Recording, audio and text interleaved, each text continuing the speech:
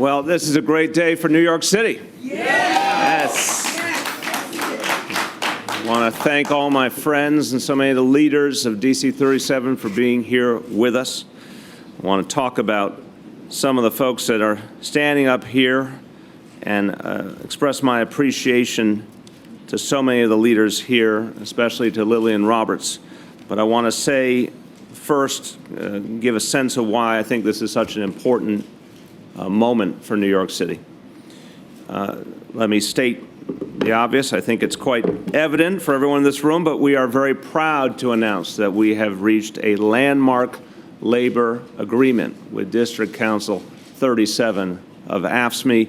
This is obviously one of the truly great and one of the largest unions for city employees. Over 100,000 members are covered by this agreement.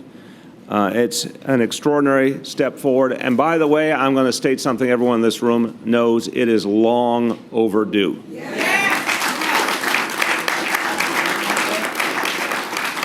With this agreement, we will finally be providing a contract to hard-working New Yorkers, to workers who have been without a contract since 2010, 4 long years.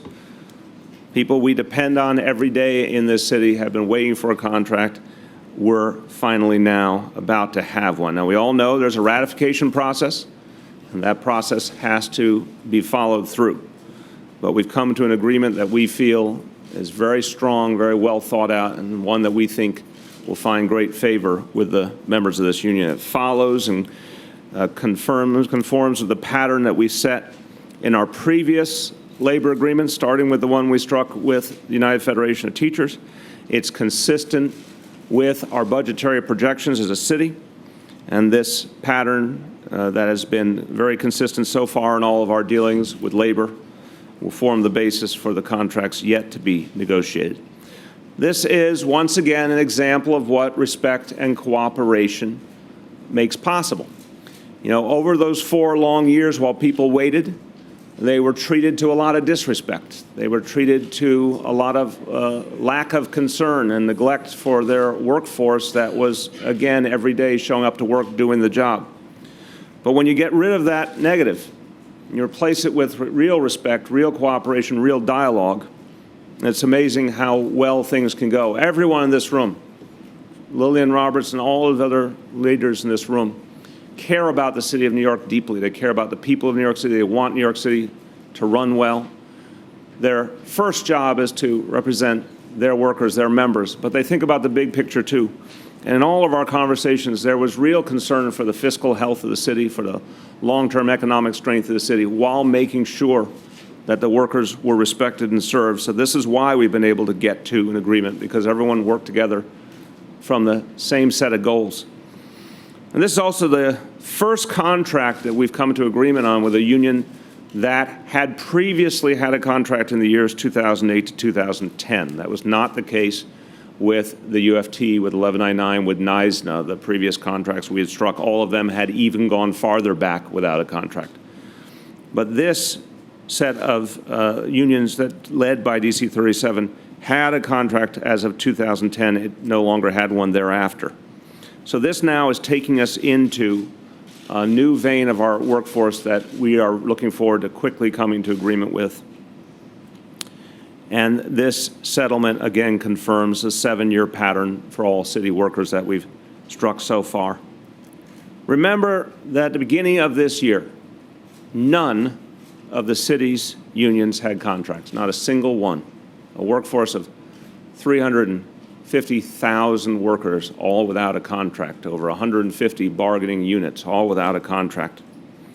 But as of today, with this agreement, we now have full agreements or tentative agreements with unions representing over 60% of the city workforce. Over 60% is a big day for New York City and a day of real progress.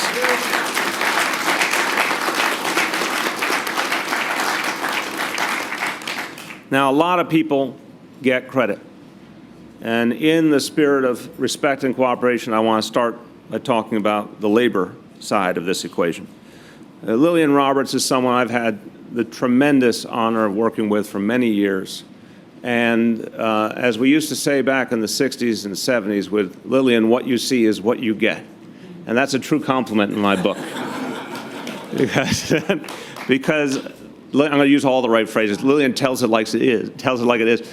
But Lillian fights vigorously for working people. But she's always willing to have a conversation. She's always willing to entertain ideas. She's always willing to offer a creative solution. There's no contradiction between the fight and the loyalty to her members and her practical ability to get us somewhere together. And that's why we are where we are today, because of Lillian's leadership, and let's thank her for that.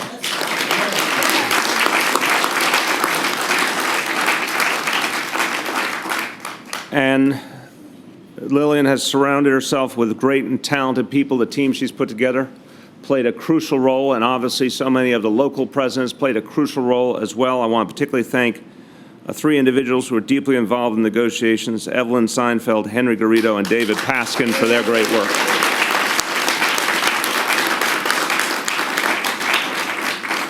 I want to thank my old colleague in long-standing, Oliver Gray, who I worked with in this building long ago together. Now, on the city side, an extraordinary team came together. As we saw in previous negotiations, the city leadership, people who know how to get things done, know how to think together with our colleagues in labor, create, innovate, and get to a positive final result. Of course, as always, want to thank our first Deputy Mayor, Tony Shores, for having assembled and led this extraordinary team. I want to thank our Labor Relations Commissioner, Bob Lynn. I want to say something specific about Bob, but let's give him.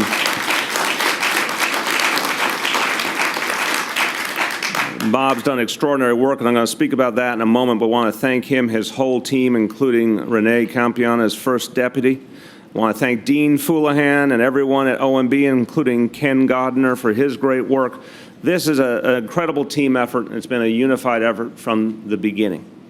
Now, this is what I want to say about Bob Lynn, because I don't know where he finds the energy. I don't know where he finds the time, because he runs from one negotiation to another all day long, somehow always with a smile on his face and a spring in his step. But he has put up extraordinary progress here. He's put together a string of agreements that 201 leaders of labor have said were fair and respectful and cooperative. Every single negotiation has followed the same pattern.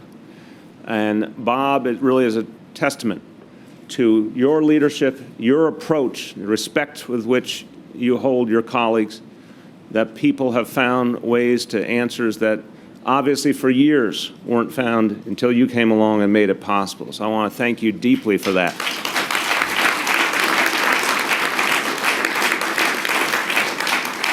But there's something people don't know, which is when Tony Shores and I sat down with Bob in a diner in Park Slope many months ago, and we said, Bob, you know, want to see if you might be willing to take on a new challenge. Just one catch. We have every single member of the workforce without a contract, and for some cases it goes back to 2010, in other cases it goes back to 2008. We have 154 units that have no contract. It's never happened before in the history of New York City. Do you want the job? So Bob looked at me a little funny for a moment, but then he thought deeply about it, and he said, I need to know what standard you're holding me to.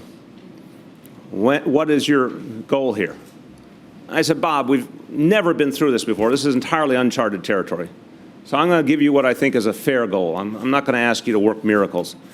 Can you at least get me half of the city workforce under contract by the end of 2014? If you can get me that, that would be such progress compared to the previous half a decade of confusion and lack of clarity for people. Can you at least get me to half the workforce by the end of 2014? Well, Bob's gotten me to more than half the workforce just 6 months into 2014, and that's incredible.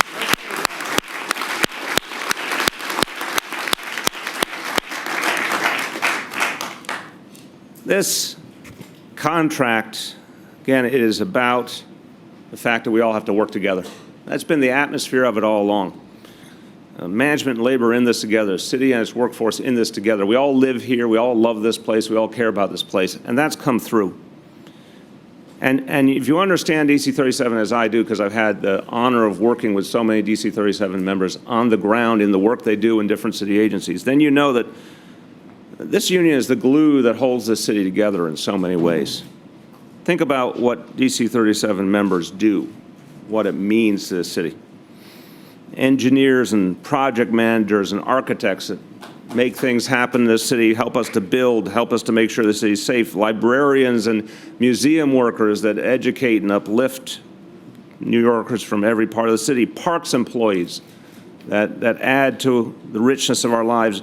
Office workers of every kind, clerical workers of every kind, including in our police precincts that help make us safe. Child welfare workers do some of the toughest work in this city protecting our young people. Public health advisors. You go across the spectrum. It's amazing. Every element of life in this city. Turn around and you're going to find a DC37 member who is part of making this city great. And they deserve a contract as good as them. And this is a contract we're very proud of. Again, we know we have to have a ratification process here. We're very hopeful about it. But this is a contract we know from the very beginning everyone can be proud of. It ends the unfairness of workers waiting years for a contract. It addresses this dynamic between labor and management using the values of this administration, which are progressive values that say we want to reward hard work. We want to respect working people. We think there's a natural cooperation between the city and our workforce. We've tried to add all of that into the approach to the contract. We want to make sure that there was a fair wage increase for those who have been waiting for one. We wanted to note with great respect that even when people didn't have a contract, they kept working hard and they kept serving the people of the city. And I want to say thank you for that. Thank you for staying at your post and getting the job done, even when you weren't given the fairness you deserved. This contract is a 7-year, 4-month contract. Employees will receive raises of 10% over the 7-year period. The 4-month addition will be pro rata on the same pattern. And the agreement, again, clearly takes into account the city's economic future and its fiscal health. The cooperation and the collaboration evident here made us want to look for every way we could help the workforce and think about ways that would mutually benefit New Yorkers. One of the things you'll see in this agreement is a focus on productivity and cost savings, but it's joint. It's something we're doing together. It's in a spirit of cooperation, and there will be gain sharing. So what that means is an open door to the leaders and the members of DC37 to find new ways to save money together, and that saving will be reflected in ways that help both the taxpayers and the members. It's fair. It incentivizes people to keep looking for ways to do things better, and thanks those who find those ways to save money for all of us. We continue and follow through on the commitment that came out of the agreement with the Municipal Labor Committee to find health savings in a way that's done mutually with labor for the good of all of us, to address the long-term growth of healthcare costs in a productive and cooperative way that'll make this city stronger for the future. That's also embedded in this deal. It's part of the overall $3.4 billion in guaranteed health care savings that we'll achieve through fiscal 18. And all over the country, governments, local governments, state governments have been trying to find a way to effectively address the health care cost problem. Here, we're doing it fundamentally, positively, cooperatively, and it's going to make a huge difference for the future of the city. But this contract has to do with a lot more than just numbers on a sheet. It has to do with human beings. And the respect we want to show the workforce is not just about salary level, it's also about opportunity created within the city workforce. This is a topic that Lillian is passionate about. She's raised to me many times, and she's always found a willing listener with me because I share her values on this. I want to note there's some reforms we need to make with our workforce, and it's a day to really think deeply about this. This is the 50th anniversary of the Civil Rights Act. So it's a day to think about creating opportunity for people who have been often left out. So in this agreement, we create a special committee that will look very carefully, labor and management together and cooperatively, at diversity issues in our workforce to make sure that where there's a lack of representation of women and people of color in key roles, that we will come up with a common plan to address that challenge together, to acknowledge that there should be a joint agreement between labor and management where we see less representation than we think appropriate. Again, it is a wonderful thing to work in a spirit of cooperation because you actually get things done. Take away the negative, replace it with positive, replace it with respect, and a lot of good work can happen, and that's what's happened in just a few months' time, resulting in today's success. Before I bring up Lillian for her comments, just a couple of words in Spanish. Estamos dando grandes pasos para cumplir nuestra promesa de recuperar las relaciones con los sindicatos de trabajadores. Este acuerdo reconoce el trabajo duro de más de 100,000 empleados municipales y les da los beneficios que merecen. With that, I want to say that Lillian Roberts, as I said, has never stopped fighting for what she believes in. That's why she is one of the great labor leaders in the history of this city. And she's got a lot to be proud of in a long and illustrious career. This is a day where she really made something happen for the members of her union and for all the people of New York City. It's my honor to bring forward Lillian Roberts. First up there, congratulations.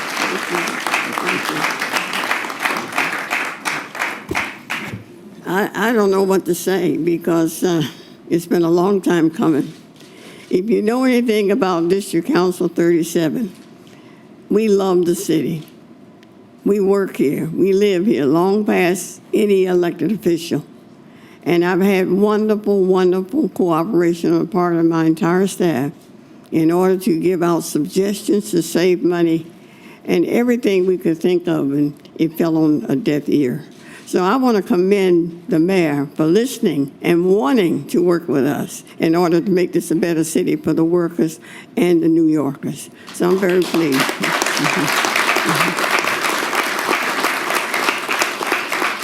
These things don't just happen with me. It happens with very talented staff. We have our own debates, having 53 local unions and 1,000 titles, and I love them all. It is not easy to please everybody, but we agree on one thing. We have to be responsible. We have to have our facts, and being listened to has been very, very important for us. To have a committee where we had been shut out year after year after year on promotions and overlooked, it really makes me feel good. It's the civil rights for civil servants. That's the way I look at it. And we're very grateful to you, very grateful. When he was in the city council, we would go to him with our problems. And so now we have somebody that will listen. We, of course, have to have this contract ratified by our members. There will be a mailing to them after we meet with the delegates so that they can ratify. We'll be out there explaining it to them, and we will work hard to make sure that things work. I want to thank you, your staff, and certainly my wonderful staff. For the first time, Evelyn, who was with me in negotiations, this is her doings, and she worked very, very hard.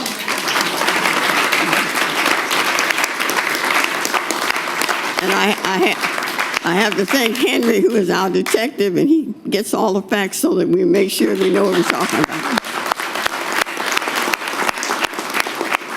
My executive board, and Mr. Gray, who makes sure that we're comfortable wherever we are, and I call him up and bounce my ideas off of him. But I'm very grateful to everybody. It's a very good day for me. You know, I'm not a baby anymore, so it's nice to see that some of these things are moving on. Thank you, Mr. Mayor. Thank you.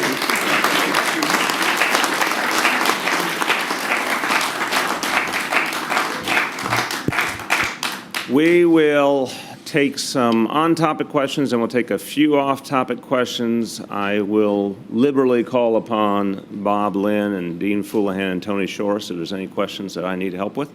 And obviously, William is available as well. You have a gross cost of 100 and 1.75 billion. I can't hear you. You have a gross cost listed of 1.75 billion through 2018. Are there additional costs after 2018? And also, I think you have a number of 100,000 workers. I believe the DC37 option is bigger than that? Are there workers who are not covered by that? Bob, Dean? The recurring costs at the end of the contract, like any other contract, this is not like the UFT situation where we had payments made outside of the contract because of the restructuring of the 4% increases. So there are no additional costs beyond.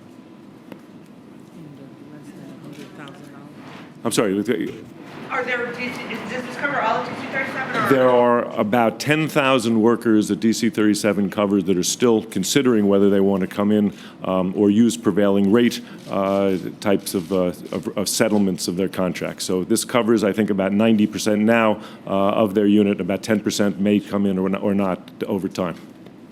Any particular group of workers that is? I think that the workers that are covered by the 220 prevailing rate law. A question for Lillian. Your contract is the first one that doesn't include the 4% raises and the large back pay because you've gotten the 4% raises when Bloomberg was still mayor. In terms of the average raise, it comes out to less than 1.5% a year. What made you confident that this would be enough to get your members to ratify it and that it was worth bringing back to them for ratification? Well, first of all, and I'll have Evelyn to pick that up. First of all, the first payment will be this year, in 14, and the retroactivity and accumulation of the 1% would be 4.5%. Our members are waiting for that. That time is past. And then the next year, there would be another 2.5%, and the following year would be 3%. And so don't let them run over you telling you that they really want to get their contract.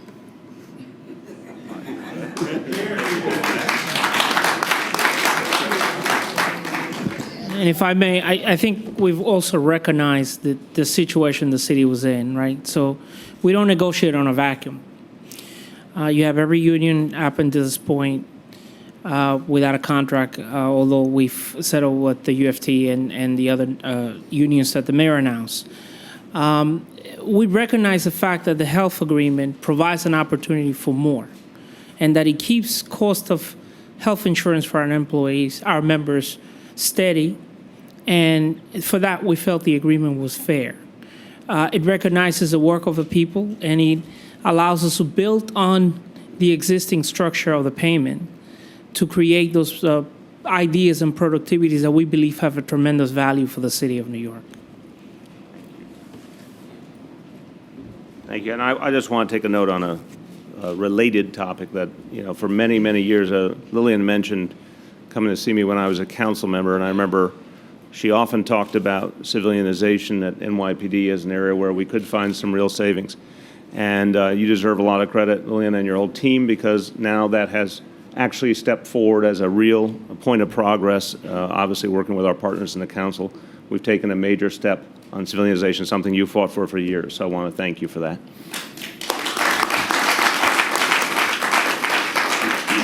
Mayor, you were speaking about how your initial goal was to have half of the city's workforce with contracts by the end of this year.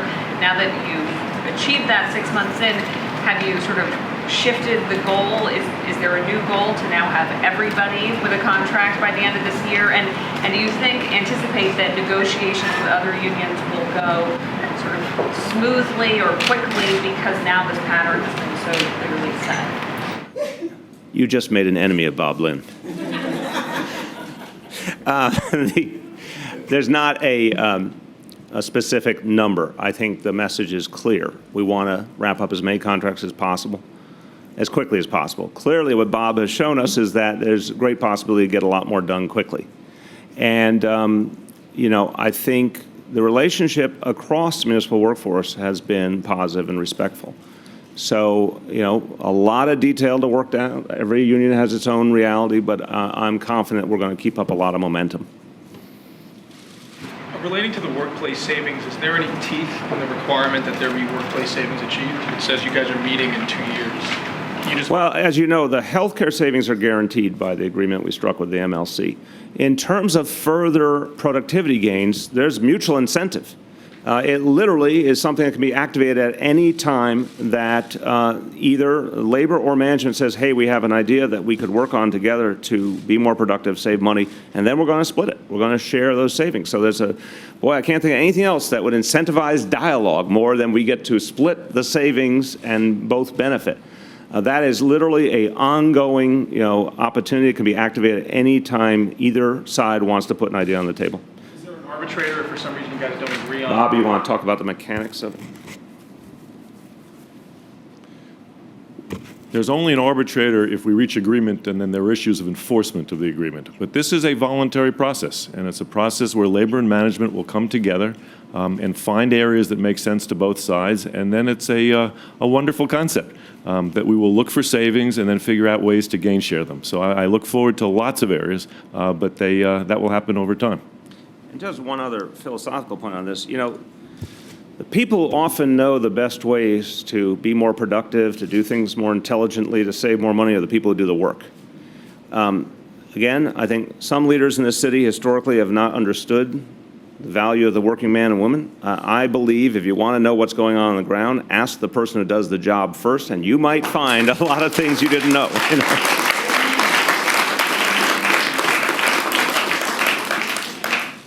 Mr. Mayor, what's your message to the public safety unions who say that they deserve a raise beyond the pattern because of the danger associated with their jobs? I respect them and I respect their work intensely and maintain a very good relationship with each of the public safety unions. Again, we think there's a clear pattern here, and we expect this pattern to hold throughout the process. So, we're doing a lot to try in every way we can to protect the folks who do that work and to make that work better all the time. But I think the pattern has a long and clear history in New York City for a reason, and we believe in it. Are you willing to bend a little with them? Again, I don't negotiate in public. That's what I just stated my view. Mr. Mayor, looking at the press release, doing the math, it says there's going to be about $800 million in healthcare savings. That works out to about $8,000 per member of the union. What kind of things are going to be, specific things are going to be done to kind of save that money? So Bob and Dean can get in position, but I'll say this, that the notion here, as was true throughout the beginning of this process, and you remember the day the Municipal Labor Committee voted and all, is that we said very clearly these are guaranteed savings, but we're doing it in a way that hasn't been utilized so much in the past. We're coming up with a list of ways to get to it. Unions choose from the list and work with us for the outcome. We have to get to the numbers, but we want to give flexibility and respect to each union to find the pathway. We are very, very confident in that process, and we know it's a process that labor prefers because they like the options, and it's going to make a huge difference for the city. And as I've said before, this is the first element through these first wave of contracts. We think we're going to be able to continue to find additional healthcare savings in the future after these contracts. We know we're going to find productivity savings because of this gain sharing approach. So we're very confident in this direction. Bob, Dean, want to? Let me just add one point, that the number you use of the approximately $800 million is over a 4-year period. And it's simply a pro rata share of the $3.4 billion of savings that the entire Municipal Labor Committee agreed to.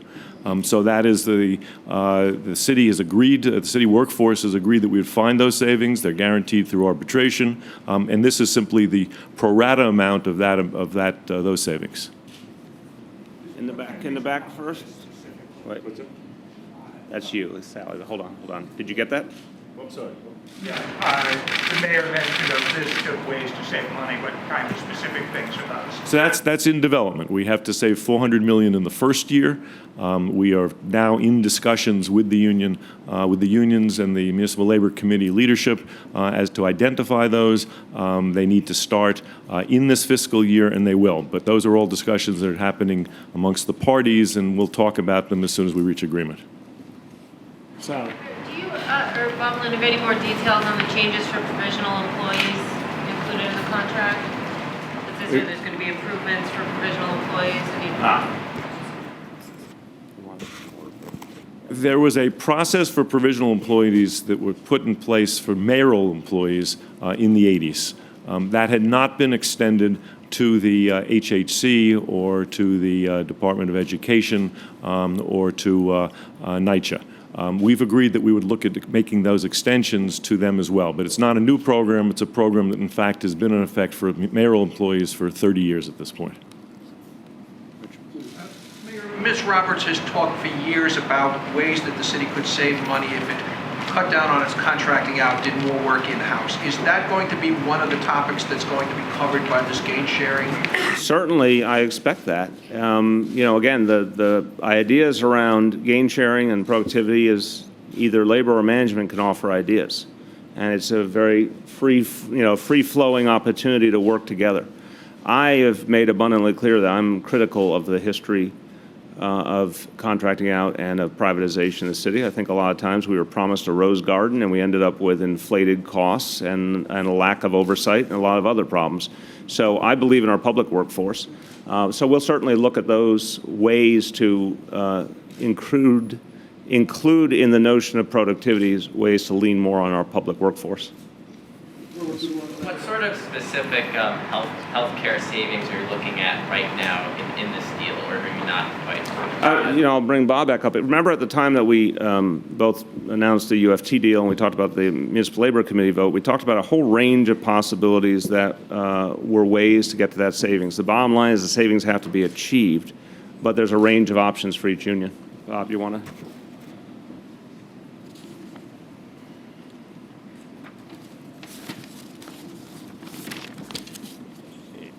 In the MLC agreement, we agreed that the types of savings we could look at would include minimum premiums, self-insurance, dependent eligibility verification audits, the capping of the HIP HMO rate, the capping of senior care rates, there's an equalization formula, marketing plans, Medicare Advantage programs, and more effective delivery of health care. So I think it's fair to say those are the areas we're looking at. Either side can bring in others as well, and we will be announcing them in the months to come as to how we, as to what we've chosen and what are the types of projected savings we anticipate. Wait, you got one before. I'm sorry. Can you tell us more about this RMP committee, and are there any costs included in order to pay for it? And was there a concern from the union that certain groups were not being properly represented, and is that why you decided to create that? Yeah, I'll start, and Bob or Evelyn can add in some of the details. When Lillian has said to me historically that she thinks there's areas where we're not reflecting, our city's population properly in the workforce, that's something I take very, very seriously, and it's something that we are going to look at systematically. We'll do it very carefully and systematically, but where we see opportunities to create more fairness, that's certainly consistent with the values of this administration. You want to add to how it's going to work?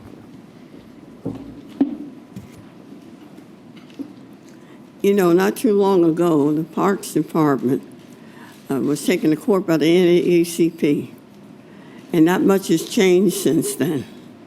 And we want to look at what we can do to avoid one coming up off a promotional list and not being considered, even though there's a probationary period for them.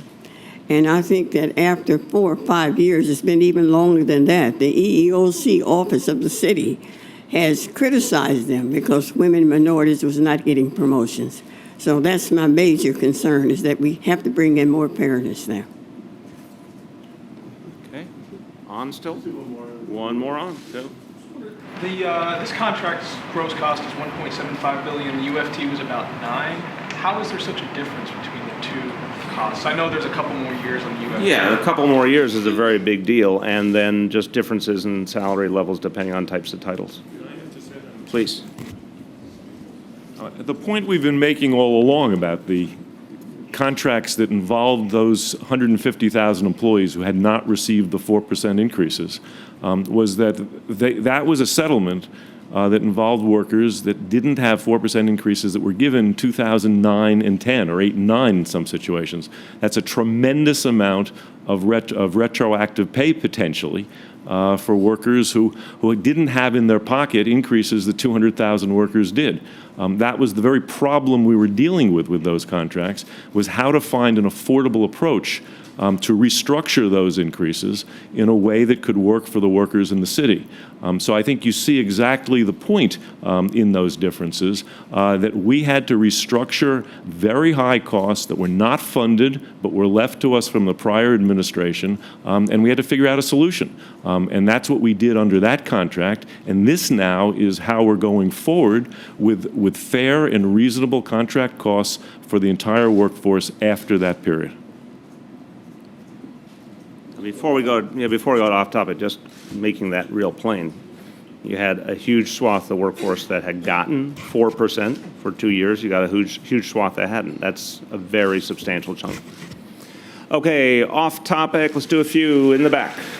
Can you confirm that Related is buying a share of City Bike, and if so, is that going to do anything to the rates? Can't confirm that. We obviously are concerned to make sure that City Bike be on a strong footing going forward, and a lot of work has gone into that, but we don't have an announcement yet. As soon as we have one, we will share it with you. That was my question. That was your question, too. Non-City Bike questions. Going once. Going twice.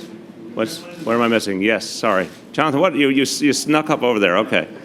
Mr. Mayor, 2 questions about the 4th of July. First, just to talk about your plans for the holiday. But second, have there been any increased shadow security threats? Should the New Yorkers expect to see larger police presence?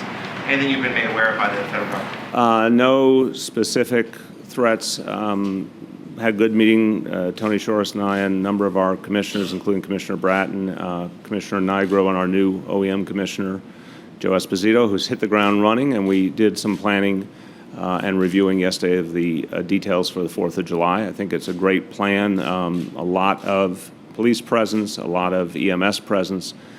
Feel very good that people will be well served in the location that we're having for the fireworks back on the East River again, which we're very, very happy about. So we feel well prepared for it. As for me, definitely going to go to the Travis Parade in the Travis neighborhood in Staten Island, which is an amazing parade that kind of is the perfect example of small town America right in the heart of Staten Island.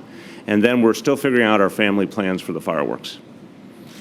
All right, last call. Going once, going twice. Mr. Mayor, the City Council was held a hearing on an open foil bill a couple weeks ago.